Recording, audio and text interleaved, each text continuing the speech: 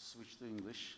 So we have three distinguished panelists, I think, on behalf of Turkey Enerji Zi, to the panelists for accepting the invitation and being here with us. Thank you all. So I said three panelists. I will start with Ana Stanic. She is the founder of ENA Law in London.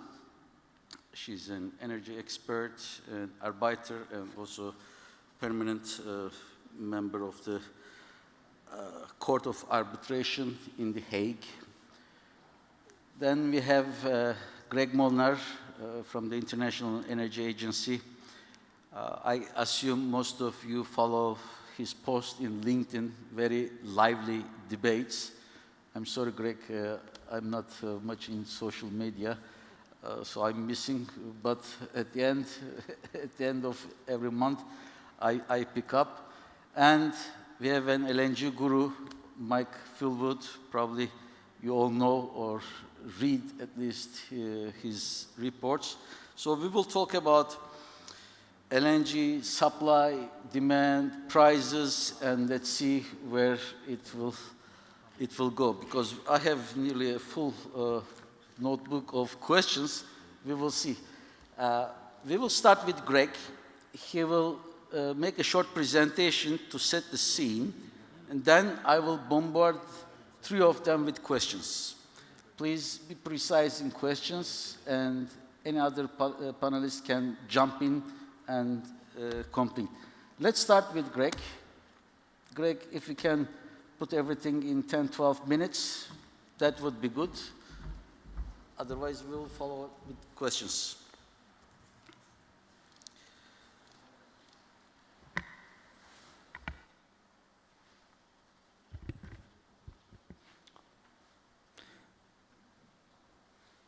Okay, dear colleagues, my name is Greg Molnar, gas analyst at the International Energy Agency, where I coordinate our short and medium-term forecast.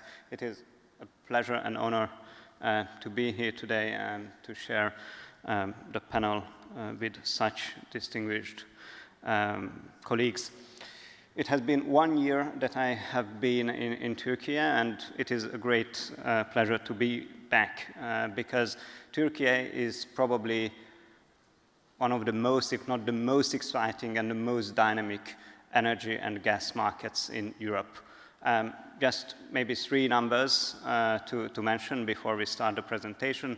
Turkey has natural gas production increased by more than 40% year on year in the first 10 months of 2025, very much driven by Sakarya field. The country's gas storage capacity increased by 0.5 BCM. That's a very welcomed development. I have to say that unfortunately in Northwest Europe, some of the countries are actually closing down their gas storage capabilities. And of course, it was a record year in terms of LNG contracts with more than 100 BCM of LNG contracted. And as my executive director, Dr. Fatih Birol, says, there is one golden rule for energy supply security, and this is diversification, and this is what, of course, Turkey is doing at the moment. So just wanted to mention these three numbers I do find very impressive. Now, in the next 10 minutes, what we would like to discuss is the recent gas market developments, the medium-term outlook, and also one or two comments on the longer term. We did publish at the International Energy Agency our medium-term outlook at the end of October. It is available free of charge on our website, iea.org. So I think that one way to take the pulse of the market is to look at the prices. And on this chart, we are showing the evolution of Asian spot energy prices, the JKM in light blue.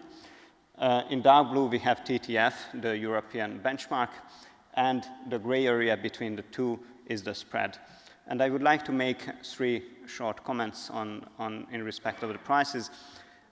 When we look at the first half of 2025, we have seen that both TTF and JKM prices averaged well above their 2024 2024 levels. TTF was up by 40% and JKM up by 30%. And this has been very much supported by the tighter market fundamentals, but also geopolitical tensions added to the upward volatility. But we see also that prices started to moderate down quite significantly since the third quarter of the year.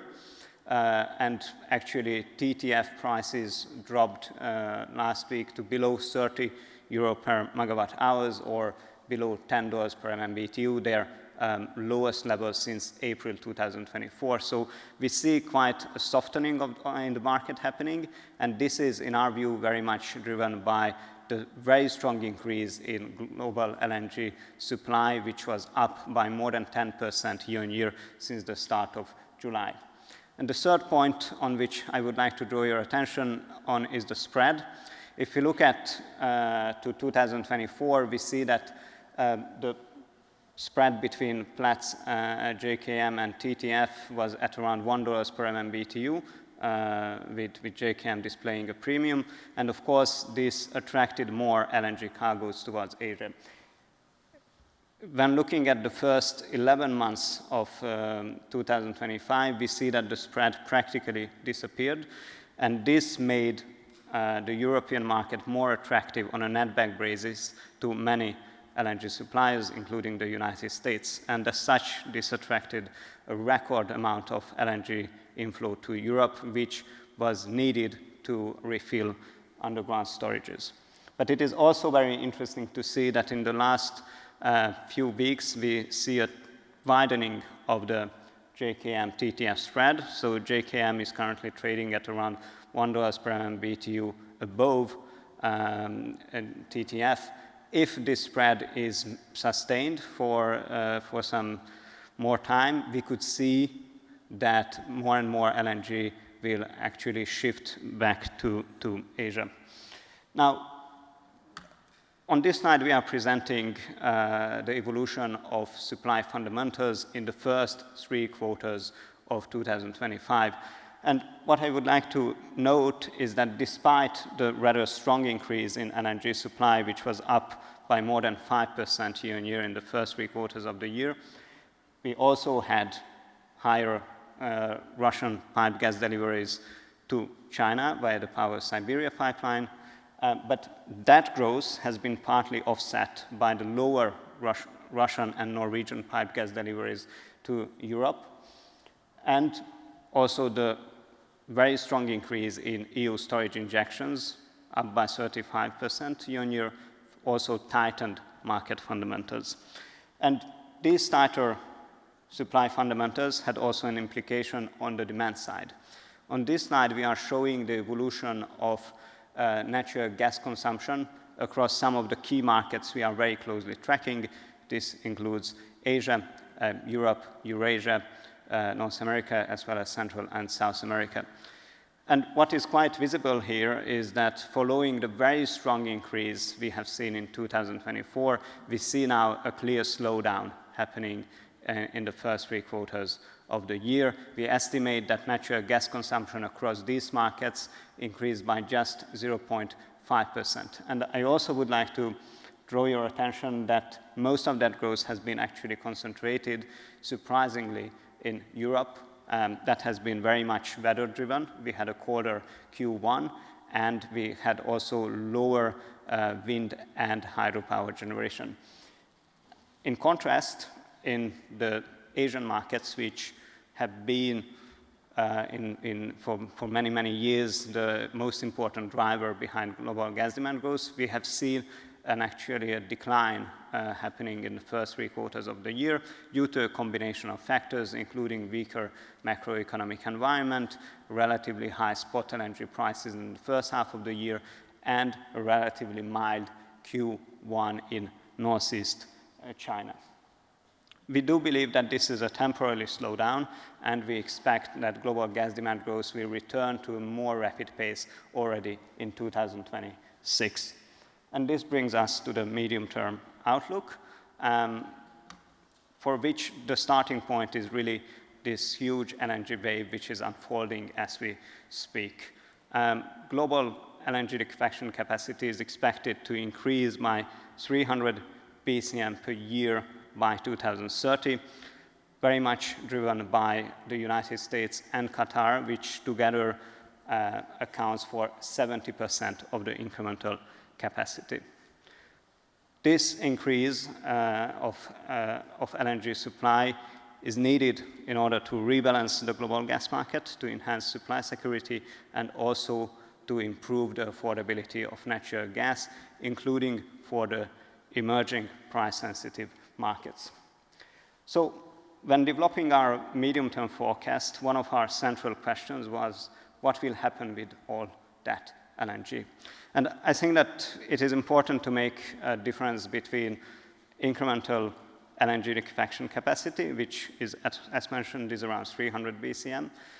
But there is a number of derating factors we need to apply to that, including assumptions around ramp-up timelines, utilization factors, and also we included declining production from certain legacy producers which are facing mounting feed gas supply issues. Once we applied these derating factors, we see that global LNG supply would increase by around 250 BCM, which is still a very impressive number. It equates to around almost half of the current global LNG trade. So what will happen with this LNG?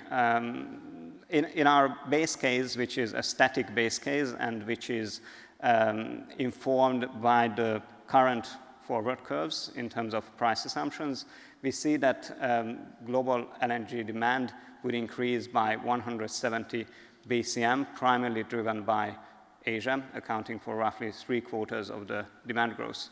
In addition to that, we would see a quite strong expansion of LNG use in the maritime sector, increasing by around 15 BCM. But still, that increase would not suffice to absorb all the incremental supply. And this naturally leads us to a more dynamic high case in which we assume that Asian and European spot gas prices would start to converge towards the short-run marginal cost of US LNG starting from 2027. And these lower price levels would foster additional demand, especially in the price-sensitive Asian markets, and would help to absorb the surplus LNG and as such balance out the global gas market. So what does this mean for the global gas demand? On the first bar, we are giving a bit of historic perspective. We are showing how global gas consumption evolved between 2018 and 2024. During these years, natural gas growth slowed down to around 1.4% from the historic average of 2%. Of course, these years were not easy for natural gas markets. We had the COVID lockdowns in 2020, and then we had the 2022-23 gas supply shock.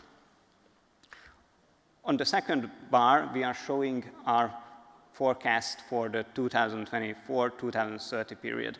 And here we expect that global gas consumption will expand by 9 to 10%, very much driven by Asia, where we see that natural gas use is expanding due to economic growth, but also coal to gas switching dynamics, and alone Asia would account for roughly half of global gas demand growth by 2030. The second most important driver is the Middle East, where we see oil to gas switching in the power sector, but also more gas demand coming from the region's gas-intensive industries. We see continued growth in North America, expanding by around 5%, partly due to more electricity demand driven by energy-hungry data centers. And we see a continued demand growth happening in the gas-rich markets of Eurasia, Africa, as well as Central and South America. The exception is really Europe, where we expect that natural gas use will decline between 8 to 10%, primarily due to the lower gas burn in the power sector amid the continued expansion of renewables.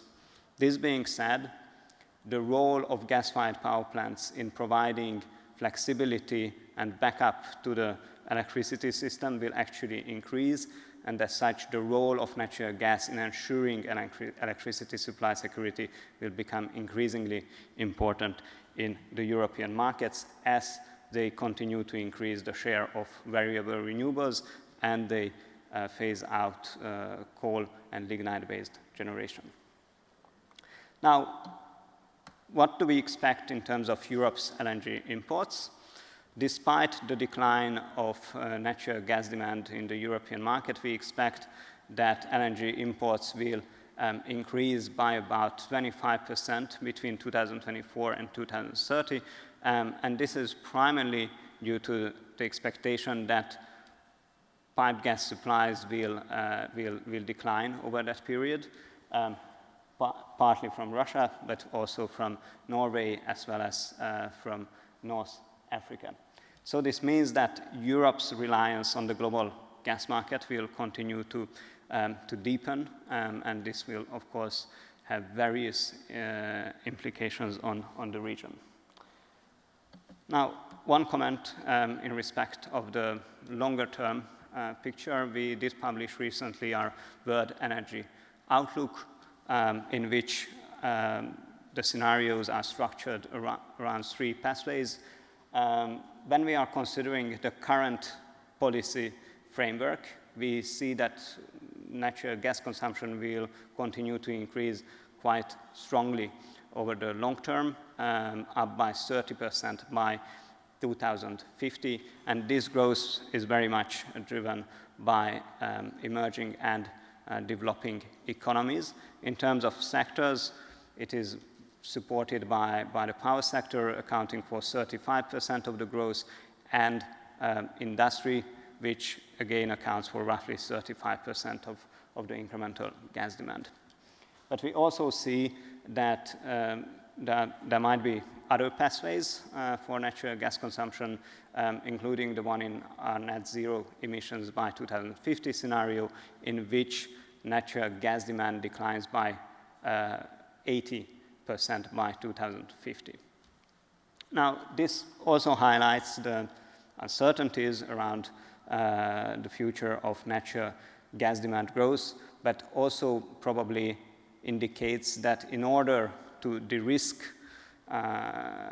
for project developers, it is important to pursue the different opportunities to reduce the emission intensity of natural gas already in the medium term, and as such make it more resilient against tightening regulatory frameworks.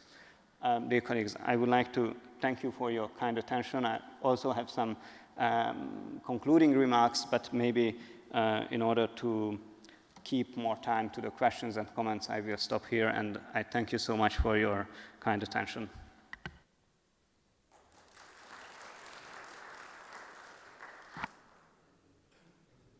Thank you very much, Greg. So let's start.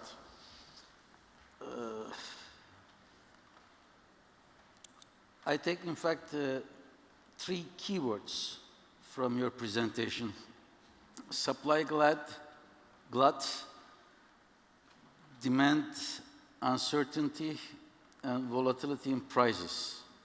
Now we should dig this into deeper questions. First, to you, Greg, well, how do you see the position of the United States and its role in this LNG glut?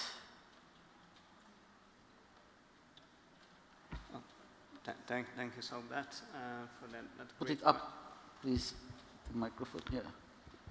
Thank you, Sogbat, for that great question. Well, I think that the importance of the United States cannot be overstated. It is already today the world's largest LNG supplier. By 2050, 2030, we expect that the US alone will account for half of the incremental LNG supply, and as such, its share in global LNG supply will increase to around 30%, which is quite significant. And it is not only a qualitative growth, but it is also a qualitative transformation which the United States brings into the market. Because what we also see is that the destination flexibility which is embedded in the US LNG contracts, the hub indexation which is embedded in these contracts, improves quite significantly the flexibility and the liquidity of the global LNG market. I think that we also need to mention that when we are looking at the cost of LNG supply, the United States ranges at the higher end of the curve. So it might be that LNG coming from the US will be the most sensitive to the potential decline in Asian and European spot LNG prices. So I think that looking at the tightening spread between TTF and Henry Hub will become increasingly important in the coming years.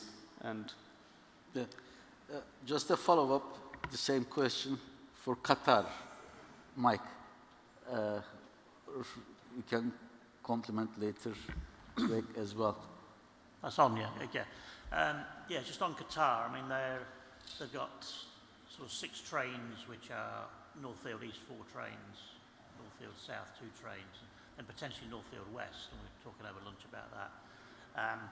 We think they're about 8 million tonnes per annum each. So train 1 should be on probably third quarter of this year, and train 2 maybe end of the year, maybe start of 2027, and then 3 and 4 following on, and then 5 and 6 Northfield South. Northfield West, Northfield East, Northfield South, they've got their partners lined up, and some of the LNG's contracted. Northfield South, Northfield West, no partner's been lined up yet, but I saw a report last Friday that Northfield West is 15% completed, given they've made no decision on it. That may just be the groundworks, but I think that will go ahead. So they're going to be second on the list in terms of the incremental LNG supply. The advantage of Qatar, of course, is it is very, very, very low-cost LNG, because the gas production itself, given the amount of liquids in the North Field, is effectively zero cost. And they seem to be pretty good at building LNG terminals and building on time. So there's a lot of LNG going to come out of Qatar. A lot of it is yet to be contracted. So we'd expect to see over the next 2 to 3 years some Qatari contracts picking up.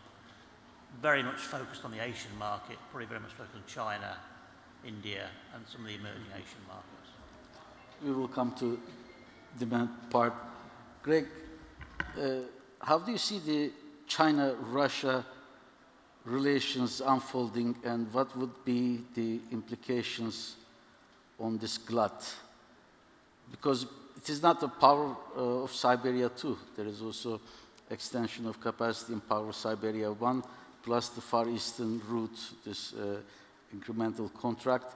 So we are talking about what, Mike, if I'm correct, in terms of million ton, it would make something like 48 million ton of LNG.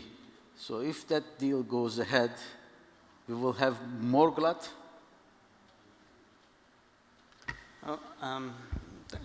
Thank you. That's a great question. I think that the relationship between China and Russia should be very closely watched, also from the perspective of LNG product developers in other markets.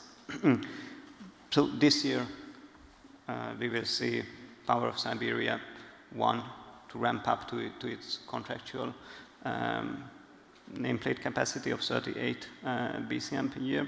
There had been an agreement that there could be an increase of 4 BCM on the Power Siberia 1 volumes. Then in 2027, there is an additional pipeline, Far East Pipeline, which would start exporting natural gas from Russia to China with around 10 BCM, which could also be expanded to 12 BCM. And of course, the Power of Siberia 2 is a white card. We are talking about a major pipeline system of 50 BCM. We know that there have been a memorandum of understanding signed between Russia and China. If this project goes ahead, we of course need to include some lead times. So to build up that huge pipeline system stretching at over 3,000 kilometers, it would take 5-6 years, and then also to ramp it up to its nameplate capacity, that would also take several years. So even if there is an agreement tomorrow, we would not see substantial flows until the 2030s. Now, what would be the implication on the global energy market? It would naturally prolong the energy oversupply. And that could be actually quite painful for some of the long-term off-takers from higher cost energy plants. So I think that it will, in a way, extend the pain for some along the energy market. Mike, what? Yeah, just one quick follow-up on that. I think I would agree with what Greg has said. I think okay, down there. Okay, I think in terms of Power of Siberia 2, I think the Chinese will only go for that if they think it's going to lead to some incremental demand in China as well. So some commentators have talked about Power of Siberia 2 replacing LNG 1 for 1. At Oxford, we don't think that's the case. It will only go ahead if there's some incremental demand. There will be some displacement of LNG, but not 100% from the additional volumes. I have a little bit different views in terms of construction time. When we look at the Turkmenistan-China pipeline, it took not that long. Chinese are very, very fast, but it will depend, of course, who will build the pipeline. If Chinese, with some financing, even with Chinese financing, maybe it can go much faster, but we don't know. This is speculation. Now, I return to Mike. You edited a very detailed, wonderful report, over 100 pages. I spent a lot of hours on it. About the $6 LNG world. So the basic question was that if prices were to fall to $6, what might be the demand response? So of course it is difficult, I know, to summarize that detailed report, but please, can you try to... I'll do my best. Yes, it was published a couple of months ago, and the aim was, and we got the various research fellows at Oxford to do sections of their own expertise. So it wasn't just me and other people. So the basic premise was that, in line with what Greg was saying about the global energy oversupply, is that if we get that amount of oversupply and a historically low potential utilization of export plants, then prices are going to fall. So we saw that in 2019. We had 1 year of big surge in supply, and TTF prices fell to $5 or $3 by the end of the year. So what we were trying to assess was the short-run response to those low prices, by which we mean what amount of switching to gas might there be using existing gas-burning equipment, like from coal to gas or from oil to gas industry, for example. And then a longer-term response, which, if $6 was sustained, might that affect investment decisions about new build, especially in the power sector. So in a nutshell, basically, I think we're very close to the IEA on this by 2030. We had a long discussion with the IEA about our paper anyway. is that probably an additional demand of about 60 BCM, which is about a 7 or 8% increase on the 2030 level of demand. And now, it wasn't all in the power sector. I mean, about half was in the power sector. There's quite a bit in industry, and also a little bit in transport. There wasn't much in Europe, whereas in the past we had a lot of coal to gas switching in Europe. Because of the retirement of coal plants, that switchability is going to reduce dramatically over the next 5 years. A little bit in Europe. A lot of it was in India. India is a very price-sensitive market, and a lot of Indian industries especially are all over $6 gas. They love that. And also in China, industrial response there, but in transport.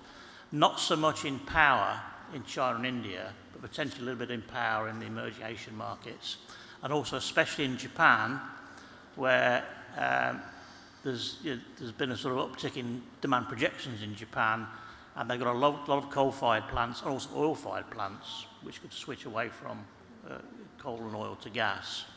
Then, very briefly, in the longer term, 2035, we tried to assess the competitiveness of $6 gas against particularly renewables in the power sector. In terms of competition against solar and wind, even at $6, solar and onshore wind, even at $6, gas is probably not that competitive. However, it's offshore wind, apart from China, who seem to be able to build offshore wind a lot cheaper than anybody else in the world, then offshore wind is now looking increasingly expensive in Europe and parts of Asia. And the $6 gas, especially with no carbon price, always beats offshore wind. So there could be some sort of pullback in terms of building offshore wind. So by 2035, there may be a 10% increase in gas demand because of the lower prices. And that gets us to sort of a more balanced market. It's still a little bit oversupplied, but a more balanced market. Obviously, there's a lot of uncertainty about all these numbers, but it was an attempt, just like the IEA guys have done, to assess what the demand response might be to those lower prices. Well, let's then enter the prices. Then I will come slowly to Anna. But before we stay with you, I know that International Energy Agency is a little bit sensitive to discuss prices, but you don't have that kind of, let's say, restrictions. Well, Greg showed, we all know, we have more or less not too much uncertainty about the coming capacity in the next 5 years, but demand uncertainty, as Greg showed, we have huge demand uncertainties. But what we see is that with this new wave of LNG, there is competition, increasing competition, and this increasing competition will lower the prices. We already see it now. TTF is going below $10 per million BTU. Henry Hub is above $5 MBTU. The spreads are narrowing.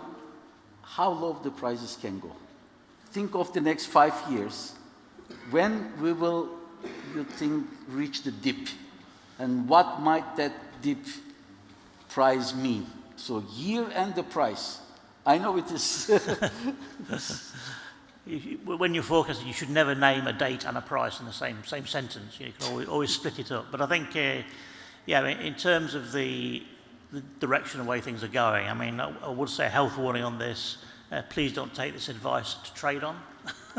It's your fault if you do, not my fault. I think basically how we're looking at, let's say, 2030 and the path to 2030, it looks a lot like 2019 did, when we had the big surge of LNG then, and we got down to average TTF price of $5 with TTF at $3 towards the end of the year. That was such a big surge that even the next 5 years, the annual surge is not that big, although over time it becomes. So I think the reason we chose $6 gas as sort of the nameplate of the paper is that what our modelling was suggesting the price would come down to, in terms of somewhere between the long run marginal cost of US LNG and the short run marginal cost, but definitely as towards the short run end. So that's how we kind of came to that. The timing of that that's maybe something we can sort of get into. But I mean, we saw it. 2028 seems to be the key year where the amount of supply coming on overwhelms the market. 26, yes, we got a lot in 26, a lot in 27, but that's just, I think we're sort of taking the edge off the very tight market. 28, there's such a lot accumulated LNG coming on, that's when the market starts to get overwhelmed. So, yeah. No, just to say that we don't give price forecasts, but we can speak about price assumptions. So maybe I can just say that we quite agree with what Mike said. By the end of the decade, we really see that Asian spot LNG and European hub prices would be not too far away from, that's our assumption, would be not that far away from the short-run marginal cost of US LNG. Because this is what we see that you would need these price levels to foster additional demand growth in order to absorb more demand, more supply. Mike, you Yeah. add, and also Yeah, carry on. a question to follow up. You add, can we see US cargo cancellations? That's what I was going to answer. You preempted my answer, yeah. I think there's been some talk again that because we've seen TTF at $9, Henry Hub at $5, although as Greg has said, it's very cold in the US, that's why it's $5, not necessarily because there's a lot of US LNG being exported. That if you look at the full cost of delivering US LNG, either long run cost, then you need a margin between Henry Hub and TTF, let's say of around $4, kind of covers the full cost. But the way the contracts are structured in the US is that your take or pay effectively is your obligation is to pay the capacity charge for liquefying the gas, which is $253 or whatever it is in the contract. However, that has to be paid whether you lift the LNG or not. So when you look at the short-run marginal cost, as Greg talked about, our view is that the spread between TTF and Henry Hub will probably have to go to below $1 before you start to see cargo cancellations. Back in 2020 with COVID, I think the spread got to about 50 cents before we saw the cargo cancellations. So it's not a question of $9 to $5, oh, the world is falling in, we'll see cargo cancellations. There's a long way to go before we see cargo cancellations. So we have some time to go. Yeah. Now, Anna, what oversupply or oversupplied market, let's say, means for contracts? Well, the short answer is it depends on the contracts and depends on who agreed what and what the governing law is. So as a lawyer, I usually don't give a blanket answer to the general position, but I think to pick up what Mike was saying about potential need to cancel contracts, I think that will largely depend on what kind of a portfolio, if it's a portfolio player that is having to deal with the issue and how it juggles the thing. And of course, there is one thing that we have now learned about the European market in particular, and that is that when the buyers find themselves in difficulties, they're now tempted to go to the Commission to find a political or legal solution outside the terms of their contract. So we have been very sort of cynical to say that at some point in time, if those contracts become completely out of market, that they will simply say that the take or pay obligations will be deemed illegal under EU law, and then they'll have to renegotiate those contracts like they have done with the Gazprom and other contracts. So there is possibility that at some point, if it moves against the European buyers to a significant extent, that there will be an intervention by the Commission. Because portfolio players will be or might be in trouble because their share in total energy contracts are getting bigger and bigger in the past few years. So if somehow, as Mike suggested, the spread is $0.5, they won't be able to make money. And then that comes the second question. Yeah, I mean, I think the one other thing I would say is that there is certain buyers that are already, that are already in a position, and certainly more of them considering about not contracting or not having the price formula by reference to TTF. Because obviously the TTF is to a large extent linked to Norwegian pipeline gas in terms of how the price is set. And so to the extent that they have a risk or where they're buying, there's an attempt to match that. And obviously there are price review clauses. There is a whole load of other things that can be used as mechanisms, as we know, to try to renegotiate then that price formula and then rebalance your situation as a buyer in other ways. That is existing contracts. How about for new contracts? What the LNG buyers or sellers should pay attention in making new LNG contracts by taking account of this LNG glut, let's say, in the 5 years, in terms of, I don't know, destination clause, price flexibility, or destination flexibility, or in terms of prices, will we see kind of Frankenstein indexes? Because now there is all kind of,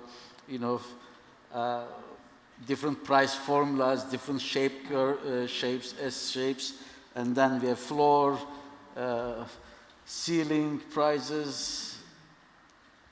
What they should be paying attention for? So I think all of the things that you said, I mean, I can only speak from the point of view of the European buyers that I work with. So considerations like not having TTF, moving as your base price formula, considering even with respect to US contracts to have price review clauses and openers. Those are things that we are now talking about. So obviously with respect to European contracts, we already have prohibition on destination clauses. So from that respect, the ability to send your cargo elsewhere, that's important. So those things are part of the tools that have already been used. But I think the key thing now is to realize that, as we move from a tight to a glut market, the type of price formula you might want to have is different. Force majeure? Well, force majeure, I mean, I would suggest several things. One is governing law is an increasingly important aspect of management of risk. So thinking about what the governing law is of your contract. Means the place of the court that you apply? No. So the governing law is like the law that governs the contract. Then you will have typically an arbitration clause, which will have, and that's another important thing, where is the seat of your arbitration? Because typically it's arbitration, so the two are typically not the same. But with respect to the governing law, and force majeure in particular, in respect of the difference are fundamental. For example, English law, you have to provide for force majeure in great detail in your contract, whereas if you are with Swiss law or French law, then you would be actually relying primarily on what the law that is in the overriding civil procedure obligation law that you would be relying on.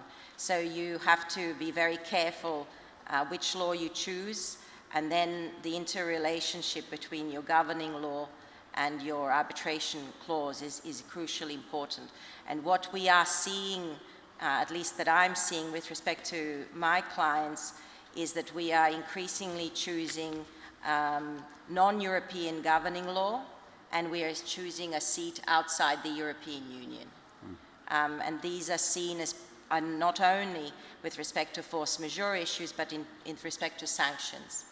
Because as we know, energy contracts and now going forward, LNG contracts are being sanctioned, and not only with respect to European buyers, but potentially as we've now seen with the 19th European sanction package, Chinese refineries, Indian refineries potentially in the future, Indian or other third-party buyers might be affected, so with sanctions. So these are ways to minimize not just the glut issue, but a whole load of other regulatory issues that are out there. Yeah, but this issue, I will come to you, Mike. This issue is very, very important. You made a contract, a new contract, with a US seller, for example, portfolio or whatever, and the arbitration plays in the United States, for example. Do you think that that gives a hand or leverage to the seller, not to the... No, not... Because US court, MAGA... Well, no, it's arbitration is not that... arbitration is not a US court. So, having a seat of arbitration in the US, of course, it means that from the perspective view of the challenge of the arbitral award, you go to a US court. So, but per se, the arbitration is usually not subject to political influence. That's why you choose arbitration. But yes, these are increasingly things to consider, that the forums are no longer neutral because the legal systems through sanctions and obviously tariffs from the point of view of the US are being weaponized. So one of the ways that you need to be careful about is to try and make your contract risk as much free of those kind of interferences as you can possibly can. And we've seen it now with obviously the sanctions that have just been introduced against Lukoil, and that they have had implications across the world, not just for Lukoil, but for all sorts of companies that are having to deal with them or their subsidiaries. So, you know, the implications for the LNG community of all these different measures are quite great. Right? Yeah, I just wanted to add one thing on the European LNG. 2/3 of European LNG is uncontracted, it's spot. And I don't see that situation changing. I don't want to ruin Anna's business, but there may not be that many new contracts coming from European buyers. They don't need to.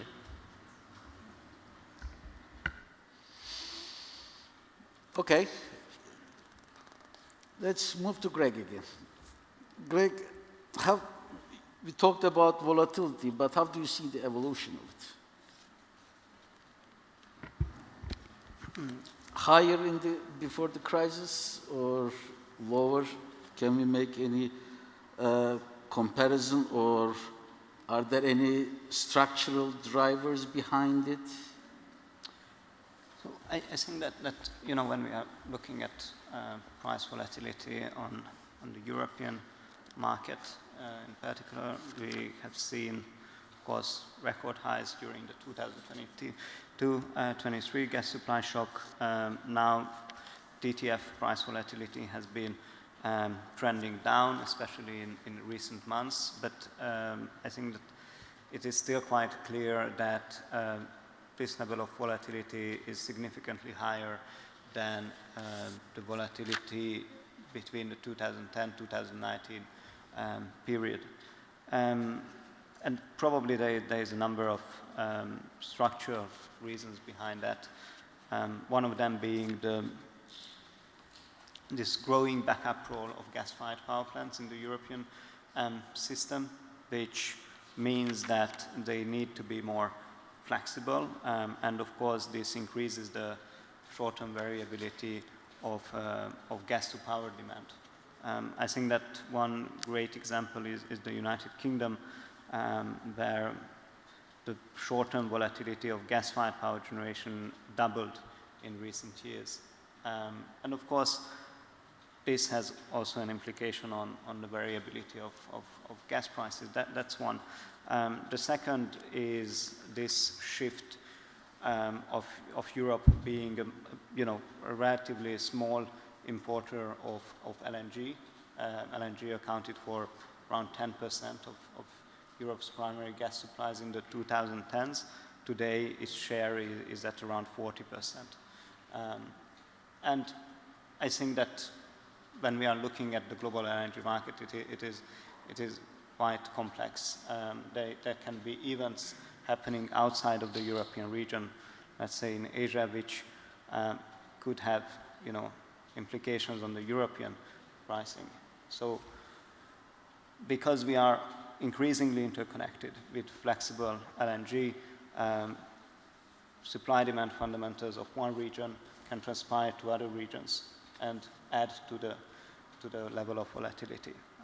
And I think that, a third component of that is that we are living unfortunately, in an increasingly fragmented world where, geopolitical tensions have a direct or an indirect impact on natural gas markets. And this can also add, although in an episodic way, to short-term volatility. We have seen this also in 2025 during the Middle East crisis. And then, of course, another factor to consider is that probably the instruments underpinning trading are also changing. AI-powered algorithmic trading is here. Headline trading. That's also probably contributes to this short-term price swings. So, looking forward, probably volatility is here to stay. Hopefully, it is not going to, reach the same levels as we had in 2022, because that was quite unfortunate, and it was not good for anyone. But this is a hope, because yes, this is a hope. We know that the EU is arguably empire of regulation, and we have methane regulation, and we have seen the other day the statement from CEO of Qatar Energy. If all these regulations continue, forget Qatar LNG to Europe. Mike, what is all regulations, etc., in addition to what Greg just meant, how the EU will cover its needs? So, I think, as Greg said, we got Europe increasing its LNG imports over the next 5 years. I think we're actually even more bullish in terms of that. We think demand will stay up in Europe a bit more. And I think, we've talked about contracting more LNG. I think the dilemma some of the European buyers find is that, a lot of the US projects, for example, or other projects, want 20-year contracts. And then the Europeans turn around and say, actually, given the transition, we may not need that much LNG in 20 years' time. So I think there's been a bit of wariness there. And also, throwing on these regulations, whether it's the CSDDD or the methane emissions regulations, then, Anna can obviously comment on this, is how do you embody those in the contracts to deal with these, let's say, methane emissions regulations, when the regulations, with all the good intent they have, are still very vague and hazy about how they might be implemented. So there's a real problem there. And the regulations don't seem to account for uncontracted spot cargoes. They seem to assume that everything's contracted on a sort of longer-term basis. They don't appear to sort of address that issue. But I think, as I said, I think European buyers, a lot of the LNG coming into Europe is not by European buyers, it's by US LNG off-takers and developers. Venture Global, the Plaquemines, most of that volume has come to Europe. It's Venture Global selling it. They're just bringing it in and selling it at spot. But in the next few years, the European policymakers should pray to God that there should not be any major hurricanes in the United States or Gulf of Mexico, no? Or Gulf of America now. Greg may have a view on this. Hurricanes tend to be very short-lived in a sense. Yeah. So, you may shut in the Calcasieu Pass or Sabine Pass channels for 4 or 5 days.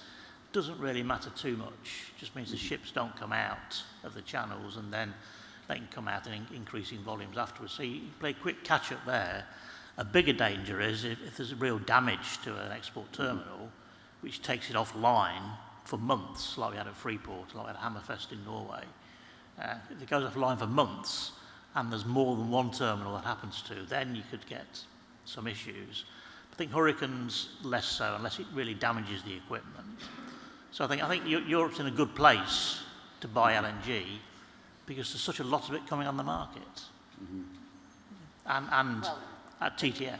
The methane regulation may well be a reason why the US doesn't end up supplying that. I mean, I think there's a big discussion which hasn't been resolved with respect to as Mike said, about the actual rules. And since the fines are so high, and although the fines are obviously on the European buyers to the extent that they don't want to risk it. Because they say that the fine is 5% of global revenues, which is insane. Yeah.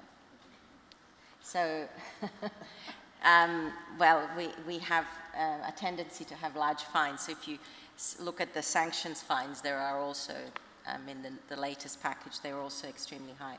I mean, there's the two things that you also mentioned, that Qataris have suggested that if the rules on the due diligence are not amended, then they will also cease to supply Europe. So although Europe is potentially in a good position, it may well, through its regulation, put off LNG cargoes from coming, and then make it a much harder time for itself. And as Greg was saying in terms of, or Mike was saying, when the expected sort of glut in the market starts, which is January 2028 or sometime in 2028. But then if you look at the sanctions and the phase out of Russian gas that has just been adopted, that already happens in a year before. Yeah. So potentially it happens at a very, at the wrong time in terms of the curve in the market, which may well put us in a much harder position than we would be in otherwise. Mm-hmm. Then let's stay with you, Anna. What would a peace settlement in Ukraine would mean? So we cannot reverse all these sanctions, etc. We know that Repower EU roadmap was drafted in May 2022 and will become law maybe early next year, not when final text is agreed. So 3 years. Can they reverse it immediately? Well, or I mean, what would together just continue? Because it well, is, maybe let's say what is going to happen, I mean, what the plan is, okay, as opposed to what might be the peace plan, because that's certainly not something that's being discussed in Europe. But in terms of where we are, I mean, as you said, in Repower in March of 2022 announced, and the intention had been of the Commission back in March 2022 to effectively phase out Russian gas by the end of that year. Okay, that was then by May of that year abandoned, and the idea was, which is what they're now putting in place, is to phase it out by 2027. So what we have now in place are two things. One is the fact that we have the 19th sanctions package, which was adopted on the 23rd of October, so a bit over a month ago, and that already introduces a ban on Russian LNG, short-term cargo LNG, starting 25th of April of next year. And then there is an exemption for certain types of long-term LNG contracts until the 1st of January 2027. And then that poses potentially a problem with respect to the where we are in the gas market as to what the price, let alone potentially availability of gas would be given that phase out. Now there is a possibility, as I will come in a moment, for states to ask for these things to be extended with respect to piped gas under certain conditions. But that package that was introduced on the 23rd of October is very important, because unlike the phasing out discussions on the regulation, it actually, the prohibition is on any kind of contract. So it's not just importation of Russian gas into Europe that will be banned from the 25th of April of next year, but you actually can't contract with Russian gas at all, even if you have a delivery somewhere outside of the EU. So this has a huge impact for large European buyers, portfolio buyers that are now having to find a way to renegotiate those contracts before these bans enter into force. Now, what a few days ago was agreed between the Council and the Parliament is about the phase-out. I won't bore you with the historical reasons why these two documents were split, but under the European Union, sanctions provisions have to be adopted by unanimously, which required, therefore, that they be confirmed by Austria, Slovakia, and Hungary in particular, whereas the regulation that is now going to come into force, which is about the phase-out, total phase-out of Russian gas, both LNG and pipeline, only requires a qualified majority, or that's what the Commission says. Now, we will have for sure a legal challenge of this regulation because it is quite contentious about how it's being adopted. But basically what happens with respect to the phase-out is that we also now will have a phase-out of pipeline gas, so short-term supply contract, so everything starting from 6 weeks after the regulation enters into force, which is probably sometime the beginning of next year, all contracts for Russian gas are prohibited. And then there is an exemption for pipeline gas for short-term contracts that are concluded before the 17th of June 2025. Those can continue to be acted on until the 17th of June of 2026, so halfway through next year. And then with respect to long-term contracts, pipeline gas, there is an ability to extend those until the 30th of September 2027. So that's quite a huge, will have quite a huge impact for a number of countries, particularly in Central and Eastern Europe.